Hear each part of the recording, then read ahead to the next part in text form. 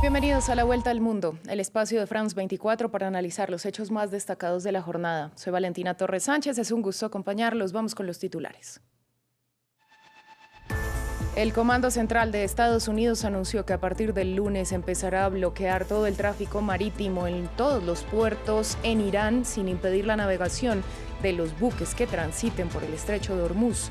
A su vez, el gobierno iraní dijo que estuvieron muy cerca de un acuerdo en las negociaciones en Pakistán. En Perú se dio el cierre oficial de las urnas tras la extensión de una hora en las votaciones a causa de los retrasos del inicio de la jornada. Unos 63.000 ciudadanos se quedaron sin sufragar porque sus mesas no pudieron ser instaladas. Tenemos reporte. En Hungría finalizó la era de Viktor Orbán. El primer ministro felicitó a su rival Péter Magyar, que se impuso con una victoria aplastante en las elecciones de este domingo. Líderes europeos celebraron esta victoria del opositor, quien dijo que recuperaron el país.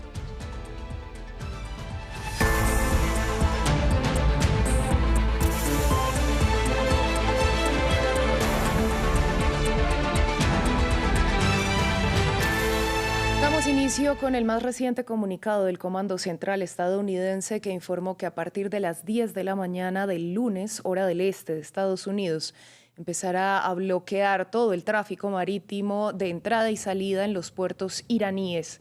Puntualizaron que el bloqueo se aplicará a todos los barcos de todas las naciones, pero sin impedir el libre recorrido de los buques que transiten por el estrecho de Hormuz hacia y desde puertos no iraníes. Esto luego de que el presidente Donald Trump ordenara a sus fuerzas bloquear el estrecho luego de las fallidas conversaciones del sábado en las que, según Irán, estuvieron cerca de lograr un acuerdo.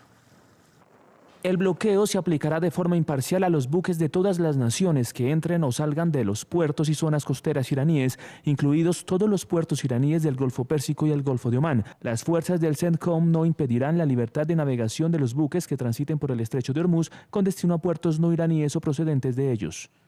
Entre tanto, en el otro frente de la guerra, el primer ministro de Israel, Benjamin Netanyahu, se desplazó al norte del país en la frontera con Líbano. Allí se dirigió a las tropas y aseguró que la guerra contra Hezbollah continúa. El funcionario estuvo acompañado por su ministro de Defensa, Israel Katz, quien aseguró que todas las casas al sur del río Litani están siendo destruidas, asegurando que se convierten en bastiones terroristas. La guerra continúa, incluso dentro de la zona de seguridad en Líbano, donde estuve hace poco. Gracias a esta zona de seguridad hemos frustrado la amenaza de una invasión desde Líbano. Estamos repeliendo el peligro del fuego antitanque y también lidiando con el fuego indirecto, pero aún queda mucho por hacer. Hemos realizado un trabajo extraordinario, logrado enormes éxitos, pero aún hay más por hacer y lo estamos haciendo. Cambiamos de tema, vamos a Perú, donde se dio el cierre oficial de las urnas en estas elecciones generales de las que saldrá el próximo presidente del país y un Congreso que vuelve a tener 2 cámaras, entre otros. Esto luego de que el tiempo de votación fuese extendido hasta las 6 de la tarde hora local por retrasos en la instalación de numerosas mesas. Pero además la jornada estuvo marcada por polémica porque cientos de mesas no pudieron ser instaladas y miles de personas se quedaron sin votar. Para ampliar la información, conectamos en Lima con Andrés Mesa Muñoz, enviado especial de France 24. Andrés, un gusto saludarlo. Empecemos por cómo se vive este cierre de las urnas en el territorio peruano. Hola, ¿qué tal, Valentina? Muy buenas tardes. Efectivamente, a las 6 de la tarde, hora de Bogotá, Quito, Lima, se cerraron las urnas en la mayoría de los centros de votación donde se pudo ejercer el voto. Más de 27 millones de personas estaban llamadas a votar. Sin embargo, toca esperar las cifras de la Oficina de Procesos Electorales a ver cuál fue la participación. Por supuesto, eso se llevó en medio de opiniones divididas. Algunos votantes con los que hablamos nos decían que les fue muy fácil ubicar a su candidato, a su partido favorito, ya que previamente habían hecho un poco de pedagogía. A otros no les fue tan fácil, les fue realmente muy difícil ubicar a su partido o a su candidato dentro de esta larga lista que ya hemos mostrado en emisiones anteriores, sobre todo porque también tenían solo 1 minuto para sufragar. Entonces vamos a esperar cuáles son las reacciones de las autoridades competentes. Sin duda, Andrés, habíamos visto la complejidad de esa llamada cédula o tarjetón electoral, pero pues también hay que mencionar esos retrasos durante la jornada, todo lo que ocurrió desde el inicio de estos comicios.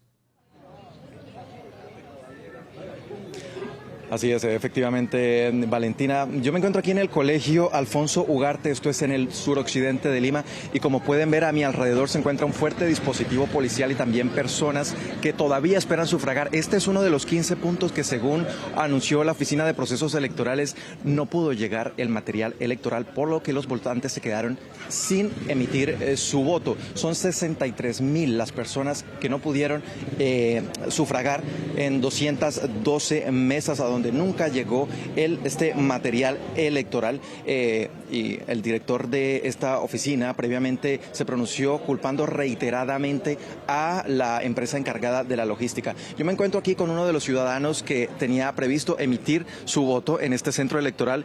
Señor Wagner, bienvenido a France 24, gracias. Cuéntenos, usted me comentaba previamente que había venido muy temprano a votar, pero ¿con qué se encontró? Sí, lógicamente, buenas noches. Vine alrededor de las 10, 11 de la mañana y me di con la sorpresa de que estaba cerrado, ¿no? Porque habitualmente, siempre que he votado en mis largos años que tengo, a las 7:30, 8 se empezaba a votar. Entonces me doy con la sorpresa y que está cerrado, que el material está en camino y todo eso, y todo era falso, pues, que daban información, falsa información daba prácticamente a los representantes de la OMP. Y finalmente, durante las horas de la tarde, ¿qué pasó? ¿Qué le comentaron? De allá me fui a trabajar, regresé como 5:30 de la tarde. 5:30 de la tarde y lo mismo, ya me encuentro con todo este batallón de policías prácticamente que están resguardando prácticamente ya el centro de votaciones, que ha sido anulado. Porque más temprano a las 12 salió el mismo representante de la OMP a nivel nacional de que los colegios que aún no se aperturaban las votaciones lo iban a hacer a partir de las 2 de la tarde. Y por tanto hasta las 6 de la tarde, o sea, daban una hora más de prórroga porque los votos eran hasta las 5, hasta las 6, por eso que llegó 5:30 tampoco no se da, o sea, sigue cerrado y se ha anulado el centro de votación. ¿Y ustedes por qué siguen acá todavía? No, simplemente que la gente está indignada, pues, porque todos ¿cómo se llama? Tenemos el derecho a votar, ¿no? Para elegir, pues, al candidato de su preferencia, y en este caso no ha sido eso, pues, ¿no? Y mi malestar también es eso, por eso que varias personas estamos conversando, dialogando, pues, todo esto, ¿no? Sí, muchas gracias. Precisamente decía el director de la Oficina de Procesos Electorales que iban a hacer todo el procedimiento correspondiente para evitar que las personas que no pudieron votar no se les aplique la multa correspondiente, ya que aquí el voto es obligatorio en Perú. Sin embargo, a los ciudadanos no les interesa eso. No, a ellos lo que quieren es realmente emitir su voto, su derecho al voto, y hasta el momento el director de la OMP no se ha pronunciado al respecto, no ha dicho si estas personas podrían tener la oportunidad de votar. Valentina. Pues Andrés, muchas gracias por toda esta actualización, y es que justamente ya el ultraderechista Rafael López Aliaga lo que pidió es capturar al jefe de la OMP, Piero Corvetto, y procesarlo penalmente por la omisión de sus funciones. Pero también en Lima está nuestro corresponsal Francisco Zacarías.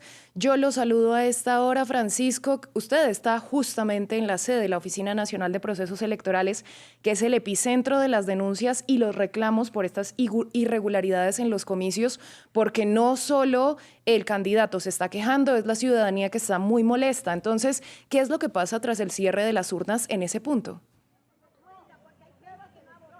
Valentina, le cuento que los ciudadanos están empezando a congregarse en los exteriores de la Oficina Nacional de Procesos Electorales para expresar su repudio al organismo y a su máximo representante, Piero Corvetto, de quien señalan debería cumplir un arresto inmediato, y exigen a la justicia hasta 4 años de prisión contra el jefe de la Oficina Nacional de Procesos Electorales. En esa línea, los ciudadanos están exigiendo tanto a la Fiscalía como al Poder Judicial hacer caso a sus demandas, porque señalan que si no, ellos se convertirían en cómplices de lo que ellos están denunciando, un fraude, y están reclamando nuevas elecciones. Precisamente, minutos antes de esta conexión, una señora que estaba a mi espalda me señalaba que muchos peruanos se presentaron desde temprano en los centros de votación y ellos se sienten burlados porque no les permitieron hacer el ejercicio democrático del voto. Entonces ellos están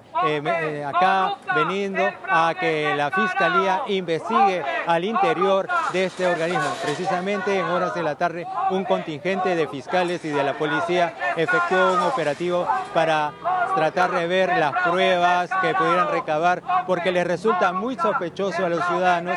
Me señalaban que todos los colegios fueron precisamente cerrados al alumnado para que precisamente el organismo electoral comenzara el traslado del material electoral, el acomodamiento de los ambientes donde los ciudadanos iban a ofrecer este voto, pero le señala muy sospechoso que si desde el viernes se hizo todos los preparativos, ¿por qué el material no llegó a tiempo el día domingo, el día central de la votación? Y en muchos lugares se retrasó el armado de los centros de sufragio y en otros sencillamente no llegó. Esto justamente también ha sido de manifiesto por otras autoridades, como la presidenta de la Junta Nacional de Justicia, la señora Teresa Cabrera, quien ha anunciado que promoverá una investigación contra quienes los que resultan responsables. A su turno, el presidente del Jurado Nacional de Elecciones, Roberto Burneo, ha dicho que va a emprender una indagación contra todos los que hayan tenido que ver con esta situación que ha motivado que muchos ciudadanos no hayan podido votar. Precisamente los candidatos presidenciales Rafael López Aliaga como Carlos Álvarez también han estado denunciando estos hechos. Justamente Rafael López Aliaga ha denunciado al presidente de la OMPE ante las autoridades peruanas. Pues Francisco, a usted muchas gracias. Sin duda estamos muy pendientes de lo que ocurre allí. Nosotros vamos a Hungría con otra jornada electoral. Se acabó la era del primer ministro ultranacionalista Viktor Orbán. Con un escrutinio de más del 96%, el partido opositor TISA, liderado por el conservador Péter Magyar, logró una mayoría superior a los 2/3 en el legislativo. Orbán reconoció su derrota, felicitó a su contrincante, quien aseguró que recuperaron el país. Más detalles en el siguiente informe. Fin de la era Orbán. Las elecciones parlamentarias en Hungría, con una participación récord, terminaron con 16 años del gobierno de Viktor Orbán, una figura poderosa del movimiento de extrema derecha y aliado de Donald Trump y Vladimir Putin. Queridos amigos, el resultado de las elecciones aún no es definitivo, pero es comprensible y claro. El resultado nos duele, pero es claro. No se otorgó la responsabilidad ni la posibilidad de gobernar. He felicitado al ganador. Les agradezco a todos por el gran trabajo. Hemos recuperado nuestro país. Hace 2 años, el líder de la oposición, Péter Magyar, pertenecía a la misma fuerza política que hoy ha derrotado en las urnas. Lanzó acusaciones contra el gobierno de Orbán por supuesta corrupción y difundir propaganda. A los pocos meses, su partido obtuvo el 30% de los votos en las elecciones europeas de junio de 2024, quedando segundo detrás del partido de Orbán, Fidesz.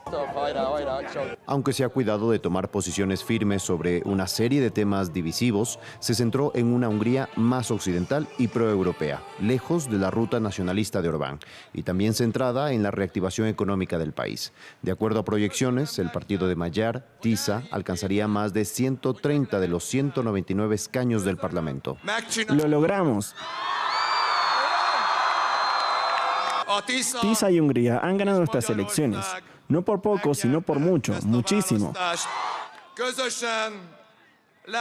Juntos derrocamos al régimen de Orbán, juntos liberamos Hungría, recuperamos nuestra patria. Gracias, gracias a todos. La derrota de Orbán tiene implicaciones fuera de su territorio. Ursula von der Leyen dijo que Hungría eligió el camino de Europa. Hungría ha elegido a Europa. Europa siempre ha elegido a Hungría. Un país reclama su camino europeo. La unión se fortalece. Francia, Reino Unido, Alemania y otros países también celebraron la victoria de Magyar. Hungría ha chocado fuertemente con el bloque europeo por los estándares democráticos de Orbán. En cuanto a Ucrania, Magyar no rechaza en principio el derecho de Kiev a unirse a la Unión Europea, pero su programa no apoya su entrada acelerada. Además, podría desbloquear el veto a un paquete de ayuda de millones de euros para Zelensky y abandonar años de obstaculizaciones en las decisiones del grupo. Fin del informativo, gracias por su sintonía.